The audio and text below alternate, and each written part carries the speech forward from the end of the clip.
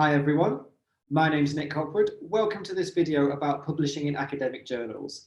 This is not how to get published in academic journals. This is kind of before you get there, some key understandings about how journal publishing works, how you might choose a journal to submit to, how you understand things like impact factors and altmetrics and peer review.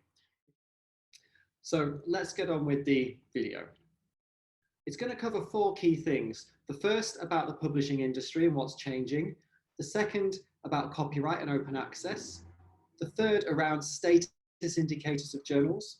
And the fourth around the peer review system. It might be that I've asked you to watch this video because I'm going to be doing a workshop with you, maybe face-to-face or online, in which case it'd be great if you could come with some notes around your key take-home messages and anything that you end up wanting to know more about. If you're not going to be joining me in the workshop, please do comment below. I'll be really happy to ask questions or create new videos or podcasts or something in relation to things that you think I should be covering. So part one, the publishing industry, what's changing, what's not, and what is it that publishers do anyway? Right? They're quite often perceived to be or kind of communicated to be the bad people in this process. And I don't think that's really necessarily fair. So what's changing in the publishing industry? Five key things, I think. The first is scale, right? More and more journals are existing. The new journals are coming out all the time. But interestingly, the number of key publishers, I think, is getting smaller, or at least the bigger ones are getting bigger. Which is the biggest publisher will depend on your discipline, but Elsevier, Springer, Informer, Emerald, Taylor and Francis Routledge, and Wiley are some of the big ones that you might be familiar with. The second thing that's changing, of course, is technology. There is now digital content. Databases can search that content. There are things like video or visual abstracts, and there are all sorts of metrics now that technology and algorithms make possible. This has profound implications for who accesses papers, how they access them, and why. Long gone are the days where we go to the library and we take a journal off the shelf and go back volume by volume, or we receive paper copies of them and stick them on our shelves and try and look impressive that we've read them all, which of course we haven't. Now we find things much more laterally and through searches and happenstance, and robots find things for us. They send us emails telling us tables of contents are here, or this author's just published there. Information linkage is another thing, right? We're getting close to being able to triangulate the person, the author, the object, the article, and the funder. Things like ORCID IDs, digital objects indexes, DOIs, they're stable unique identifiers. I'm going to talk a little bit about those soon. There's also a change in risk to you as an author. You have to be really careful of what is called predatory publishers. I'll come back to those. You don't want to give your work away, okay? And there's really good tools there to help you with them. Also being careful with predatory conferences and perhaps the temptation to shove a draft article up there on a blog, and then you might screw yourself over because you're not allowed to then publish it in a journal. And then one of the huge things going on at the moment is around access. Should all journal articles be free? Should you have to pay for some of them? Plan S is a big thing. I'm going to come and talk to you about that. I think there's all sorts of variations of open access. I'm going to try and persuade you it's not just a 1 or a 0, open or closed. And there's lots of different things. I'm also going to suggest that understanding Sherpa is a really, really important thing. So publishing is changing a lot. It's hard to keep up, but it's really important to stay on top of the information and the conditions and the principles and some of the laws and rules that apply to academic publishing. Now, what's not changing? Core values, right? This is about knowledge dissemination, quality control, both through peer review and publishing, and ultimately commercial interests. People do have to make money out of this somewhere. There are some things that are unique about academic publishing that I think means that journals as we know them are not about to collapse overnight. It's all about still essential content is the basic artifact. The unit of publication remains by and large the journal paper. Of course, there are books and chapters and things like that, but it's not like the journal article is going to disappear, I don't think, at least this year. But there are new artifacts around that. Data, digital appendices, visual abstracts, video abstracts. There's even now some journals publishing the content of the peer review and the author's responses. But the essential part of the paper is, I think, fairly stable. Academic capital is fairly stable, right? Journal publishing remains crucial. It's a key part of how we prove ourselves as academics, how we perform as academics, and how we feel good that we do what it is we're supposed to do, at least part of the time, which is research and share that knowledge. There are things like The Conversation, there are blogs, and they're fantastic additions, but I don't think they're replacing journals as a key form of academic capital. The bottom line is novelty. Publishers publish something because there is something in it that you cannot find anywhere else in the world, online, anywhere. That aspect of novelty is not going to go away. If you don't have something new to say, you kind of undermine the model of journal publishing. And that's why kind of you really have to be clear about your original contribution and have to be really careful about the laws and rules surrounding what new enough is. And the thing that is also not changing is rejection. It's always been part of academic publishing. It's going to be part of academic publishing. I have a rejection wall. You can check out my Twitter feed at NHOPUTS. You can see a picture of my rejection wall. That grows pretty frequently. It's grown twice already this year. Learning to avoid rejection is pointless. Learning to expect and embrace it and then bounce back is really crucial. So what is it that publishers do anyway? Do they basically just press print? Well, although some people might say in some aspects they're resisting change, and we'll see that shortly, they're also leading change, right? Publishers support startups. The big publishers, some of which I've named earlier, do pay $1 to this little people called DOI for every paper that's published in order for them to create that unique identifier. They've helped out with Sherpa, and they help out with all sorts of leading change in terms of grey open access, which I'll talk about. So that's one thing. Publishers also promote your work. They make your work easier to find and they make it more appealing to readers. They do a lot of search engine optimization, indexing, e-retail. They can sell basically the body of work in which yours is included to whole institutions. You can't do that by yourself. They work with the people who make up the quality indicators, and they do things like video or visual abstracts which help promote your work. Publishers also help protect intellectual property.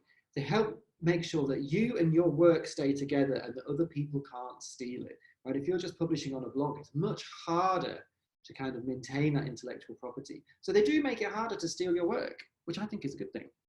They also have huge infrastructure, digital platforms for editing, review, proofreading, download, and tracking, right? If I want to know how many people have downloaded my paper, the best place to go is back to the journal's original website, right? They're doing that for me essentially for free. I'm not paying them to do that. They're doing that for me. They have the infrastructure to do that. As an editor, I use Scholar One, a huge infrastructure to enable editing. God, imagine what it would be like when we had to post everything out. Very different these days. And they also engage in pedagogy. They produce a lot of material to support editors, I know because I am one, to support reviewers and authors. And there's a guy called James Hardcastle who, back when he was working with Taylor and Francis, made an awesome video. You could go look it up. So publishers do a lot. This is not everything publishers do, but these are some key things, I think. So, I can publish my thing and then leave it to them. Well, no, you can't. That's one of the things that's changing. You have to strategically build on what it is that publishers do.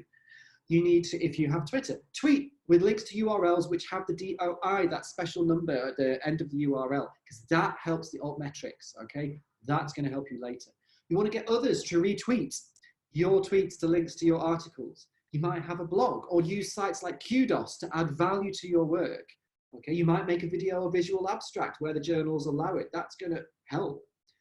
Put it in your email signature. Put a link to the article. Anybody who clicks straight to that link, that's going to help your altmetrics. That's going to help people read it. I'd say be careful with things like ResearchGate. Okay, my advice would be follow the rules and do not put full papers up there when you do not have the copyright permission to do so. But you can do what I do, which is put all the abstracts up there, and then people email you. I can send it, make it on the ResearchGate. If somebody asks for a copy of my paper, they can email me, and then I can send them a copy. Okay, so it's not just publish or perish. It's publish and promote your work or perish. You've got to be out there spruiking your work, making people aware of it, making them want to read it. The publishers are doing a lot. You also need to do your part. So here's a question. How do I know what I'm allowed to do with my paper when it's published? It's really hard. It's confusing. Every time you sign a contract with a publisher, it might look a bit different from publisher to publisher. They change frequently over time. Help is at hand with Sherpa. Now, often your library will be able to help you with this. they have this kind of policy around what's called archiving. Now, archiving is a way of making something available for free, even if it's in a copyrighted journal, so that other people can access it. Now, there are different color codings go there. Most common these days, at least in my recent experience, has been that people allow you to archive the Word version or the kind of the accepted version, whatever software you taught it on, that was finally accepted. So it doesn't have all the formatting and the digital object index and all that kind of proofing stuff happens. But it's a really good way, following that is a really good way of making your work available in kind of the two forms, the one paid for form and then this free form. And the Sherpa system is a great way of navigating that, and libraries will often help you with that. Now, predatory journals. They're the ones that want to snap up your work. And basically, it's one of the risks we have to manage now is that there are journals out there, and they're likely to come to you with an email and say kind of, you know, dear XY, I've read your paper on this, we'd really like to publish it. The more keen they seem for your paper, not sure it's going to be good. Beale says they exist to unprofessionally exploit the author pays model for open access publishing for their own profit. They might charge submission fees rather than processing charges. And often in predatory journals, there's no real peer review. They might even sell best paper prizes. Some of these are kind of on the fringes of legality. Some of them are fully illegal or fraudulent, and some of them are kind of legal but still predatory. I've seen one where people have claimed to, that certain editors are on the editorial board, and I've emailed those human beings and like, I've never heard of this thing. Okay, that's fraud. There is help at hand. You can go to bealeslist.net, you can go to thinkchecksubmit.org. If you're unsure, ask a supervisor or a colleague or somebody else. But yeah, you need to check. By and large, journals published by those big publishers or perhaps universities, professional associations, if you've got a nice history, lots of volumes published beforehand, they're probably not going to be predatory. Often journals will have a charge now.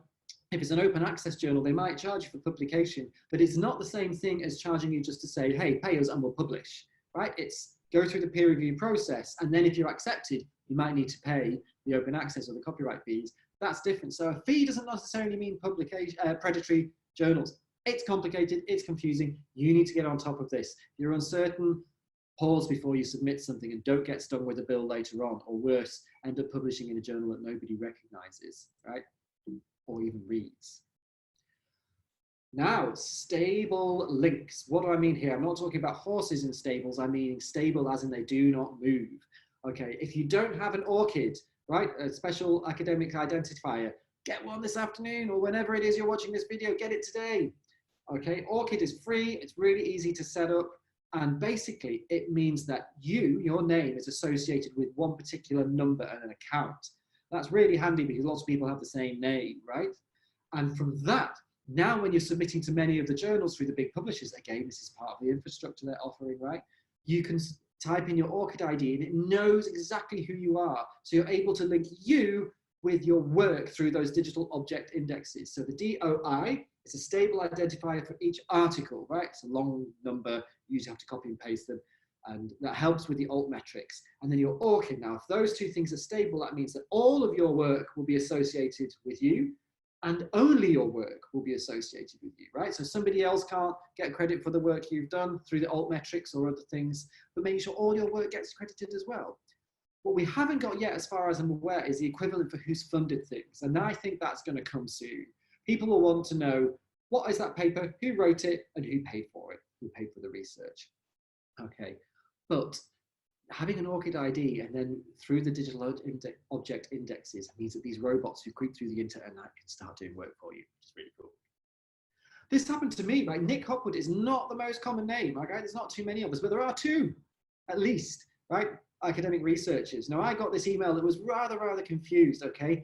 It thinks I'm at the Wellcome Institute for the History of Medicine, but also at the University of Oxford and UTS.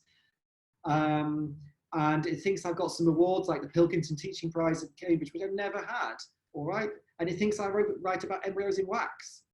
Not at all true. Now, this was from a group of people who compile, like, it's like Who's Who or Wiki Wikipedia for contemporary authors, and they got it completely wrong. Now, I'm not saying some human being made an error here. That's their algorithms and unable to distinguish the Nick Hopwood that does all that work in Cambridge on the history of medicine and the Nick Hopwood that is me, okay? And we're very different in our fields and our publications. Google generally manages to distinguish people, but this didn't. That's why ORCID is really important. Part 2, copyright. Right, a lot of people will think about it to do with open access. Anybody can access it for free anytime, versus behind a paywall. And the idea of open access is that nobody's paying twice for something. And people say, well, hang on a minute, as a taxpayer, I funded the National Research Council, right? That comes from taxpayers' money, whatever that council might be. And then you're saying, I have to pay to read the article again. Like if I'm I get sick and my taxes have held the Medical Research Council, whatever that might be. And then they funded this research which talks about this treatment, and then I have to pay for it again. Nah. Or maybe universities are paying for it again, but they've already paid you to write the paper and to give you your time for the research, and they're paying the publishers. Nah. So the idea is that open access supports global equality of access versus behind a paywall. Now that's either paid for by an institution, and many of us in universities are fortunate that at least a good portion of the journal articles that are behind paywalls, we don't really notice that because we can get it free through our libraries. But you might have to pay one-off. And that's criticised some for locking up knowledge for a particular kind of privileged view, and consumers might end up apparently paying twice. It's not quite that simple. It's not just a 1 or a 0. Yes, we have open access, okay, but the point is, open access isn't free, right? Somebody's paying for something. Somebody's paying to host it on a website. Somebody's paying for that processing and that infrastructure. Increasingly, the people paying for that are the funders who are paying the publishers the open access fees. Okay, now what's happening with open access is, yes, the actual final finished product might not be free, but Sherpa, which I talked about before, might mean that anybody can access a Word version or a pre-published version of your manuscript for free. And then there's like semi-open access, okay? Last time I published was Elsevier. There was a link to my article, and for the first 50 days, anybody could get it free. So I went crazy on Twitter and said, hey, download my paper.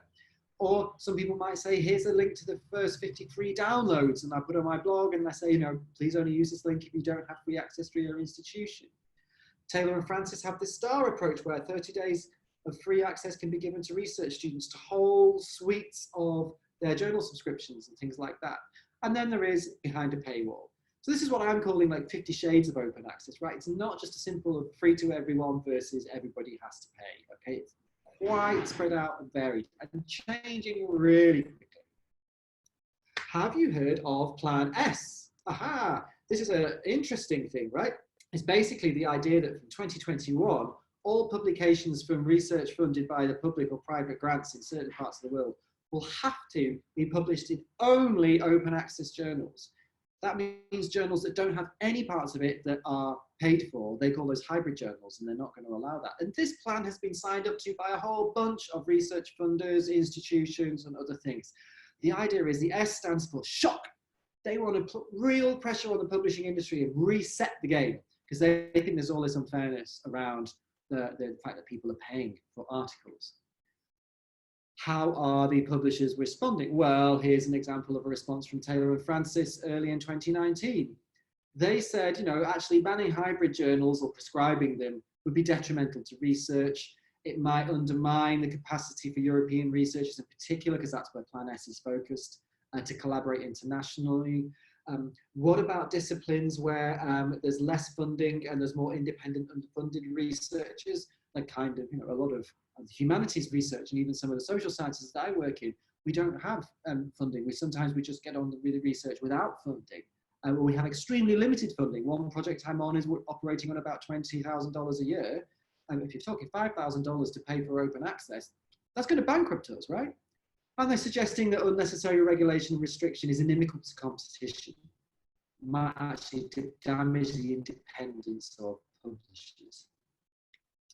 Another publisher is saying, well, hang on a minute, why don't we change the way we have contracts with the university? At the moment, universities pay us for like all our journals in natural sciences and in education and in sociology and on and on and on. So why don't they say that the universities pay for open access rights to the similar journals, okay? So a university pays $1 million to publish at X, right?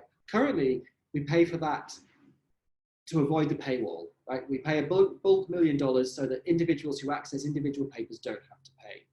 Why don't we instead pay $1 million and say, anytime any of our staff publish in those journals, their open access fee is covered already.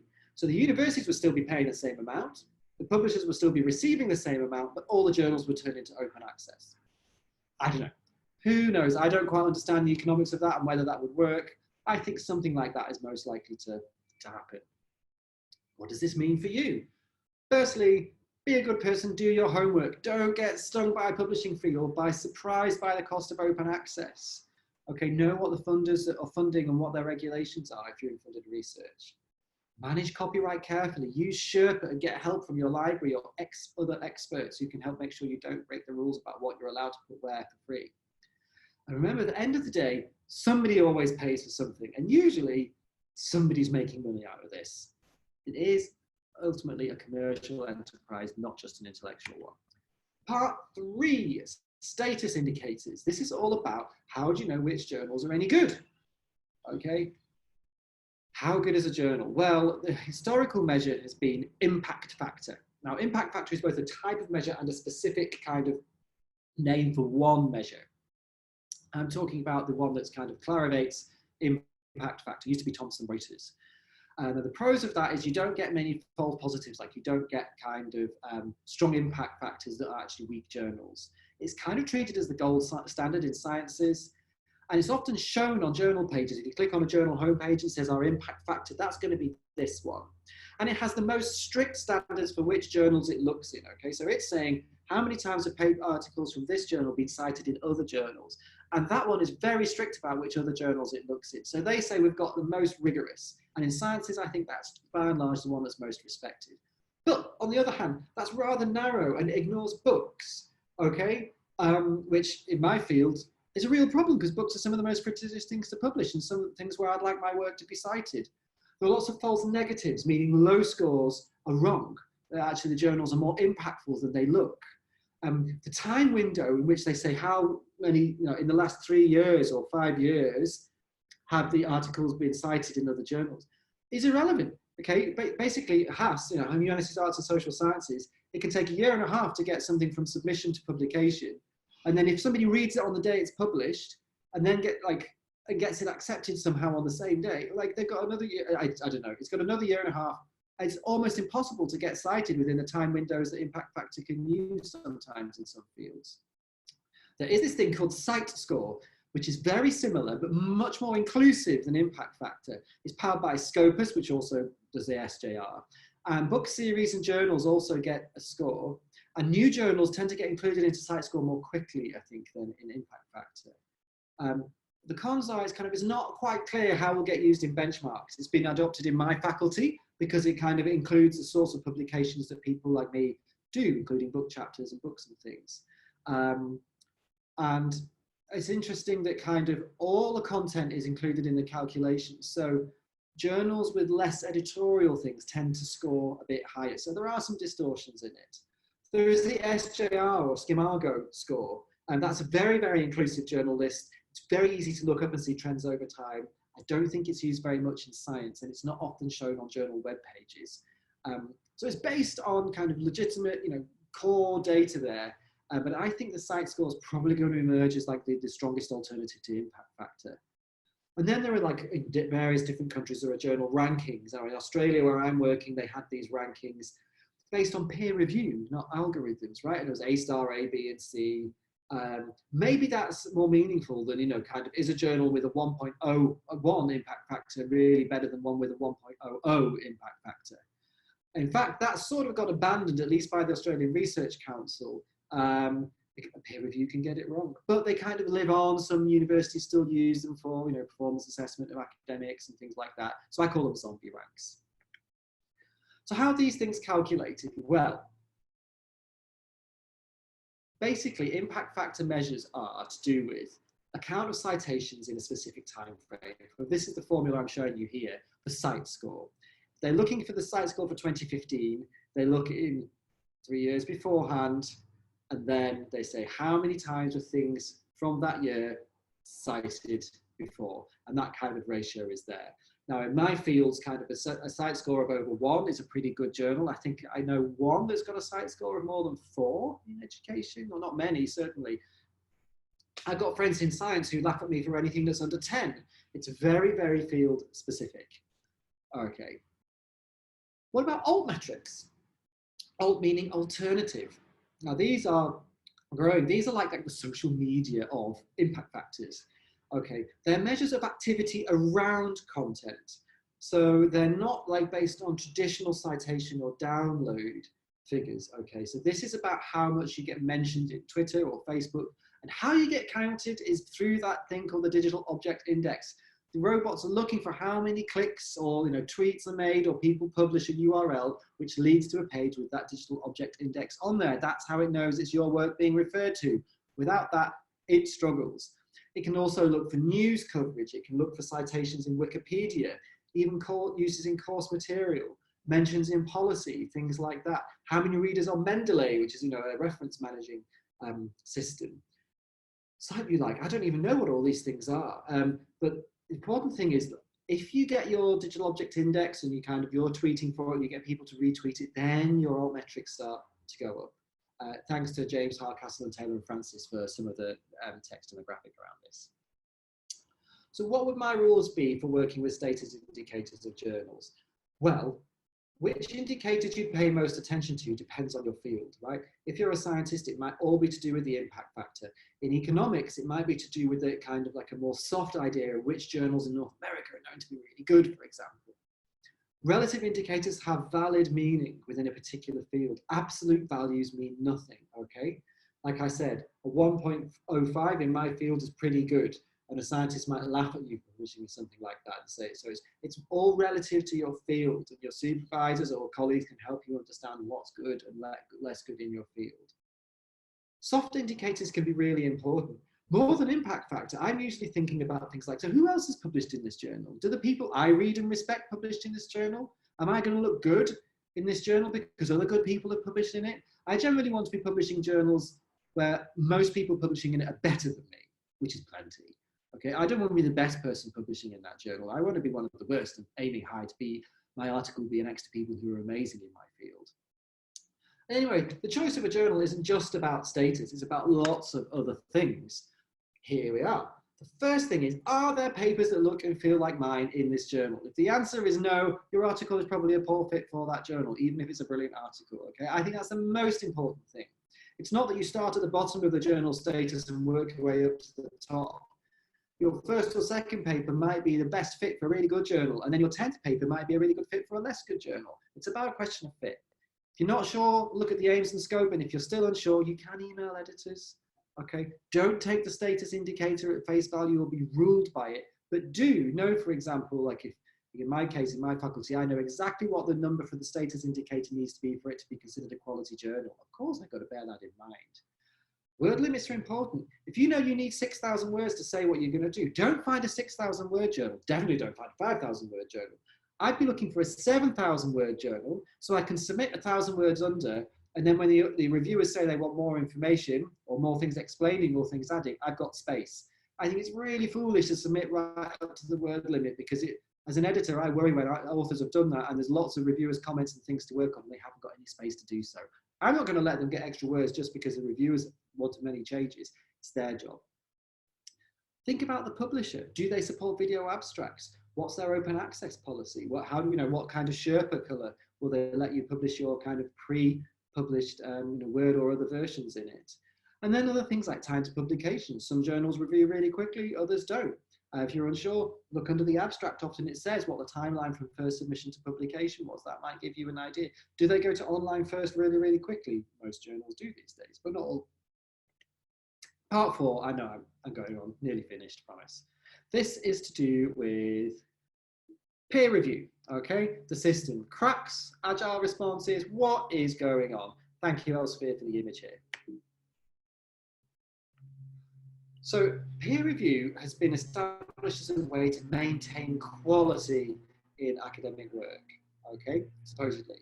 There's a lot of other things as well to do with being rude and unfair and wrong decisions, but generally it's about maintaining quality and rigor.